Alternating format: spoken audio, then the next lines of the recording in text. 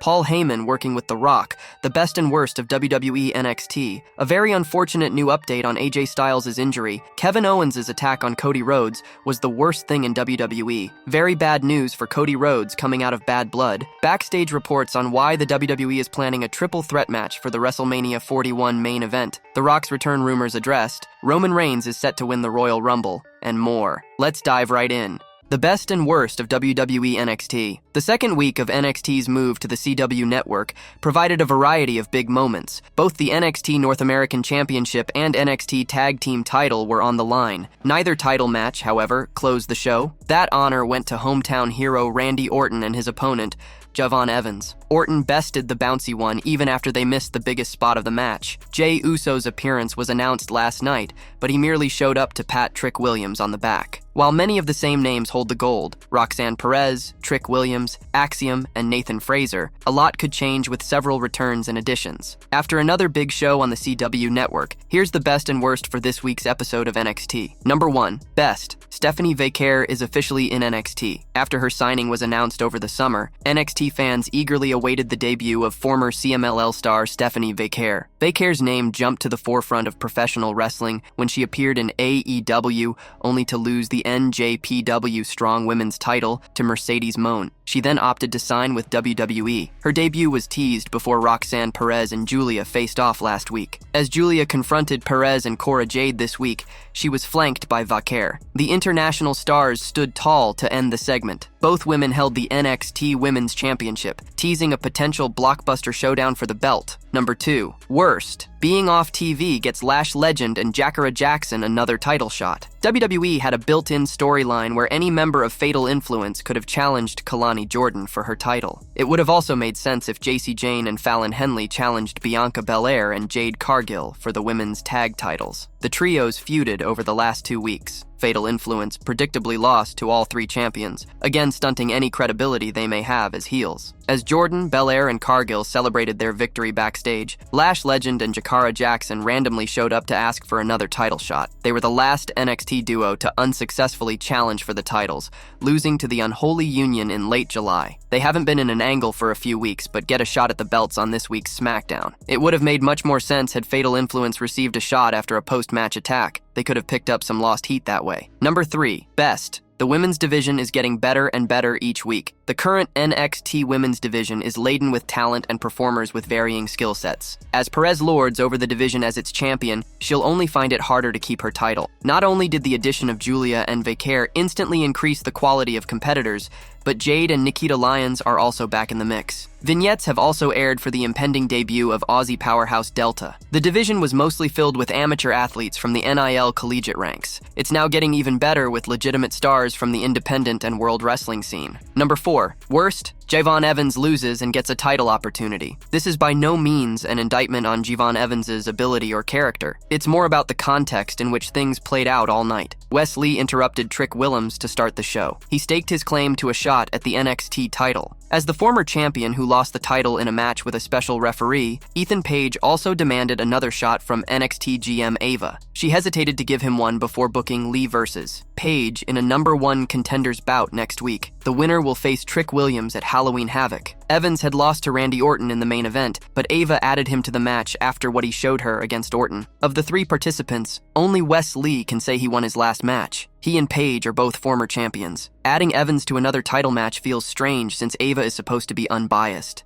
Number 5. Best. Tony D completes an emotional journey to title glory. Perhaps the best moment of the night involved NXT 2.0 original Tony D'Angelo. As the lone Big 4 reboot member left in NXT, the Don has struggled to win singles gold. He fell against Ilya Dragunov at Stand and Deliver, and then to Femi, setting him on a journey of doubt and self-reflection. The journey gave Adriana Rizzo a more prominent role as she helped D'Angelo rediscover his confidence. The entire arc would have been pointless had he lost to the ruler of NXT again. Femi was protected in defeat, as D'Angelo won via a roll-up after one of the brand's better matches this year. He'll be gunning for Trick Williams by the end of 2024. Number 6. Worst. Randy Orton misses the biggest spot of his match. The entire match between Randy Orton and Javon Evans was based on two things. The first is that Orton is from St. Louis and the show took place in his hometown this week. The second was that the Viper wanted to see how high Evans could get before he hit him with an RKO. The match was the usual Orton offering, slow and plodding in spots, and he hit his usual signature moves. Evans had a few moments to highlight his athletic ability, including the much-anticipated big RKO spot. When it went down, Evans jumped off the top buckle, but Orton was out of position to land the move. The Viper ended the match after picking the bouncy one back up and to properly execute the move. It was supposed to be one of Orton's best RKOs, but fell flat due to a missed spot. A very unfortunate new update on AJ Styles' injury. Wrestling legend AJ Styles suffered a freak injury on SmackDown almost immediately after returning to WWE. There has been much speculation about whether it was a storyline injury or not, and an unfortunate new update has given further insight. This week on the Q&A on Backstage Pass, Joe Lowry hosted wrestling legend Bill Apter as well as WrestleVotes. They went into great depth about several topics, including Styles, the Cody Rhodes Kevin Owens heel turn angle, WrestleMania 41, and more. WrestleVotes said that based on what he heard, AJ Styles' injury is, in fact, legitimate. You know, I heard right away on Friday that it was legit, and I haven't heard anything else since,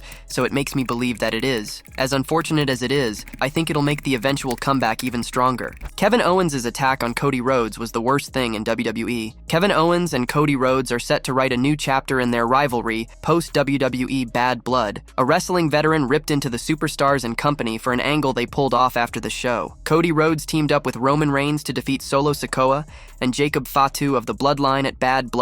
Following their win, The Rock made his much-anticipated return and sent a cryptic message to both the stars. After the event, Kevin Owens turned heel and attacked Cody Rhodes in the parking lot. Some fans apparently captured the footage. Jonathan Coachman and Vince Russo discussed the angle in the latest episode of the Coach and Bro Show on Sportskeeda's Backstage Pass. Russo laughed it off, calling it one of the worst things he had ever seen in his life. He noted that Owens was throwing nonsense punches, which made the angle even worse. A fan caught on his cell phone the fight between Kevin Owens and Cody Rhodes. Now a fan, Vince Russo said sarcastically. Okay, so you want me to believe a fan caught this on their cell phone? Then you want me to believe this is real with Kevin Owens throwing mambi-pambi rabbit punches, he continued. Kevin Nash calls them egg beaters. The WWE veteran went on to state that the bar had been lowered so much that fans believed nearly everything. He laughed at those who believed that it was a real fight that helped turn Owens. The bar is so lowered that they want to believe anything is great, Coach. Anything. That was the worst thing I've ever seen in my life, and people are buying into it. Cody Rhodes will likely stay busy in a feud with Kevin Owens. This will allow The Rock to go after Roman Reigns, and the two could go head-to-head at the upcoming Crown Jewel event in Saudi Arabia. Very bad news for Cody Rhodes coming out of Bad Blood. WWE Bad Blood 2024 marked another successful premium live event for the company. The event was special for Cody Rhodes in more than one way. The reigning undisputed WWE champion teamed up with longtime rival Roman Reigns for the first time and performed in front of fans in his native state, which included a special entrance. The American Nightmare has been at the top of World Wrestling Entertainment since returning in 2022. Cody regularly tops the lists of WWE Shop's best sellers and was publicly praised by Fanatics CEO Michael Rubin in August. Fanatics handles all WWE merchandise, and Rubin congratulated Rhodes on being the company's top merch mover, joking that The Rock and Logan Paul need to step it up. Rhodes and his ties to Atlanta were heavily pushed going into Bad Blood 2024. However, Fightful Select reports that Cody surprisingly did not top the merchandise sales list for this past weekend in A-Town. Backstage sources noted that Cody ranked number 2 on internal sales lists. The first place spot was listed as WWE/Bad Blood, which refers to company-branded or PLE-specific merchandise sales. This category also includes the sale of replica championship belts sold over the weekend. Rhodes and Reigns defeated Solo Sikoa and Jacob Fatu in the main event of Bad Blood 2024. The Rock returned after the match to stare down the original Tribal Chief and the American Nightmare, teasing the revival of their storyline. Cody's special entrance was performed by the University of Arkansas at Pine Bluff's marching musical machine of the Mid-South Band. Backstage reports on why the WWE is planning a triple threat match for the WrestleMania 41 main event. WrestleMania 41 looks like it could be headlined by a triple threat match between The Rock, Cody Rhodes, and Roman Reigns. A new Backstage update has revealed why WWE is going in that particular direction. On the Q&A with Bill Apter and WrestleVotes on Backstage Pass, host Joe Lowry discussed The Rock's return at Bad Blood 2024 and the tease of a triple threat match at WrestleMania 41. Joey Votes of WrestleVotes seemingly confirmed that the triple threat direction is exactly what WWE is looking for at the Show of Shows next year in Las Vegas, Nevada, and explained that it makes the most sense for the company to put all three guys in the same ring at the same time. My thought is that it signifies that's where we're going for WrestleMania. 1, 2, 3 as in triple threat match. I can tell you that's on the table, but I'm not sure if it's finalized in any way. It's October, so I doubt it's been finalized, but the idea is being floated, and I think it makes sense for the company as a whole just to get those three guys in one ring at one time and push the story to the moon. WrestleMania 40 changed drastically because of CM Punk's injury, with Triple H confirming that the original plan for the main event of Night 1 was Punk versus Seth Rollins. Considering how many times it has been teased since then, especially on the October 7th, 2024 episode of Raw, where Punk talked about going on a hiatus, it seems like WWE could possibly have another main event planned for the Night 1 of WrestleMania 41. According to WRKD Wrestling, the plan is to have CM Punk versus Seth Rollins for WrestleMania 41, and the multiple teases have been alluding to exactly that. It is going to be interesting to see how things play out and how it eventually leads to that blockbuster match. The Rock's return rumors addressed. The Rock returned to surprise WWE fans at the Bad Blood Premium Live event. A former employee recently spoke about rumors related to his comeback. Roman Reigns and Cody Rhodes teamed up to defeat Solo Sikoa and Jacob Fatu at Bad Blood. Following their win, The Rock came out to a thunderous response from fans and sent a cryptic message to both the stars in the ring. Jonathan Coachman and Vince Russo discussed The Rock's return on the latest episode of the Coach and Bro Show on Sportskeeda's Backstage Pass. The coach noted that the Brahma Bull would be part of the company through the end of the year. I've heard he's going to be back all the way through the end of the year. Do you think he wrestles? The coach wondered. Vince Russo said he might not need to return to the ring. However, it's possible that he wants to compete in a match before the end of 2024. Does he need to? Maybe he wants to, though, Vince responded. Roman Reigns is set to win the Royal Rumble. Roman Reigns has only just returned to the ring for the first time since WrestleMania 40, but there is a lot of buzz over his direction at next year's Show of Shows. The Rock's return at Bad Blood has gotten the WWE Universe talking. He made a gesture to the OTC, Jimmy Uso, and Cody Rhodes right before the show ended. Could it have something to do with WrestleMania 41? One theory is that the final boss will face both Reigns and Rhodes in a triple threat at the event. Whether or not that's what The Rock meant with his gesture, it is a real possibility. WWE analyst Sam Roberts says this huge main event could happen, with an interesting twist. Speaking on the Not Some Wrestling podcast, he suggested that the OTC may win the 2025 Royal Rumble instead of The Rock and challenge Cody Rhodes. Meanwhile, the final boss would return and add himself to the WrestleMania match,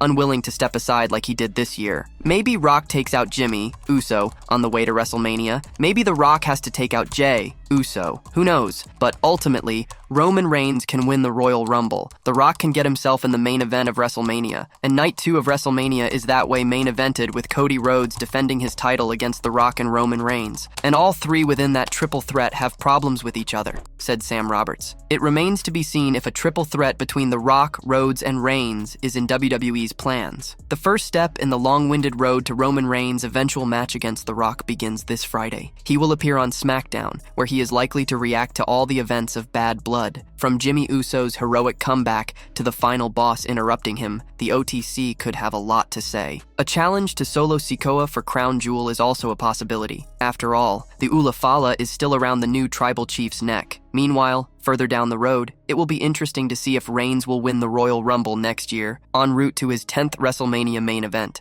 Paul Heyman working with The Rock. Paul Heyman has been absent from WWE television for several months now. He was brutally attacked by the Bloodline on the June 28th edition of SmackDown because he refused to acknowledge Solo Sikoa as his tribal chief. The Bloodline betrayed the Wise Men and powerbombed him through the announce table. Roman Reigns returned earlier this year at SummerSlam and could reunite with the legend in the weeks ahead on SmackDown. Number 1. Solo Sikoa and the Bloodline could kidnap Paul Heyman on WWE SmackDown. WWE has done a few kidnapping storylines in the past and could be prepping to deliver another one in the weeks ahead on SmackDown. The Bloodline could abduct the Hall of Famer on the Blue brand as a way to play mind games with Roman Reigns. The head of the table returned at SummerSlam earlier this year and cost Solo Sikoa his opportunity to capture the undisputed WWE Championship from Cody Rhodes. Reigns teamed up with the American Nightmare to defeat Solo Sikoa and Jacob Fatu this past Saturday night at Bad Blood. The faction could be getting desperate following the return of Roman Reigns, and may decide to kidnap Heyman as a last resort. Sikoa could offer to free Heyman if Reigns acknowledged him as the new tribal chief on SmackDown. Number 2. Heyman could return to commentary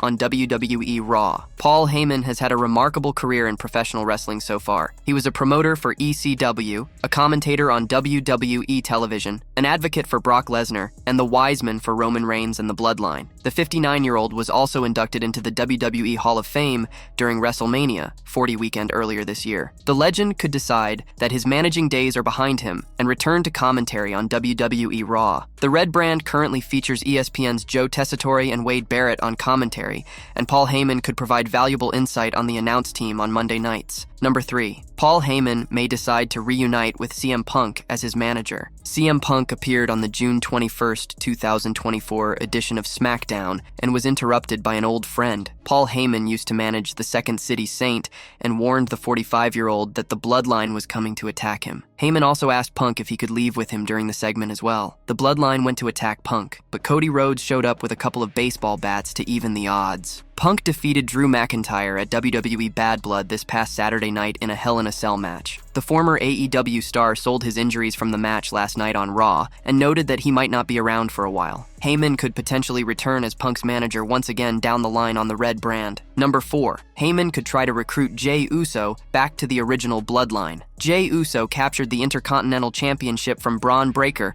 on the September 23rd edition of Raw. Main event, Jey also successfully defended the title against the New Day's Xavier Woods last night on the Red brand, but was attacked by Breaker following the match. Paul Heyman has hinted that he wanted to manage Braun Breaker in the past, but could be solely focused on getting revenge on the new version of the Bloodline at the moment. The legend could approach Jey Uso in the weeks ahead on Raw and note that Roman Reigns and Jimmy Uso have patched things up. Jimmy Uso was kicked out of the Bloodline following his loss to Jey Uso at WrestleMania 40, but returned from his hiatus to attack the faction at Bad Blood. Paul Heyman could try to convince Jey Uso to return to reunite with the original Bloodline to take down Solo Sikoa, Jacob Fatu, Tama Tonga, and Tonga Loa on SmackDown. Number 5. Paul Heyman could return as a heel to manage The Rock. The Rock made his shocking return to WWE in the final moments of Bad Blood over the weekend. The final boss made his way to the entrance ramp following Roman Reigns and Cody Rhodes' victory over the Bloodline in the main event of Bad Blood. He stared at Rhodes and Reigns in the ring, but did not get physical at the premium live event this past Saturday night. Paul Heyman could return to SmackDown in the coming weeks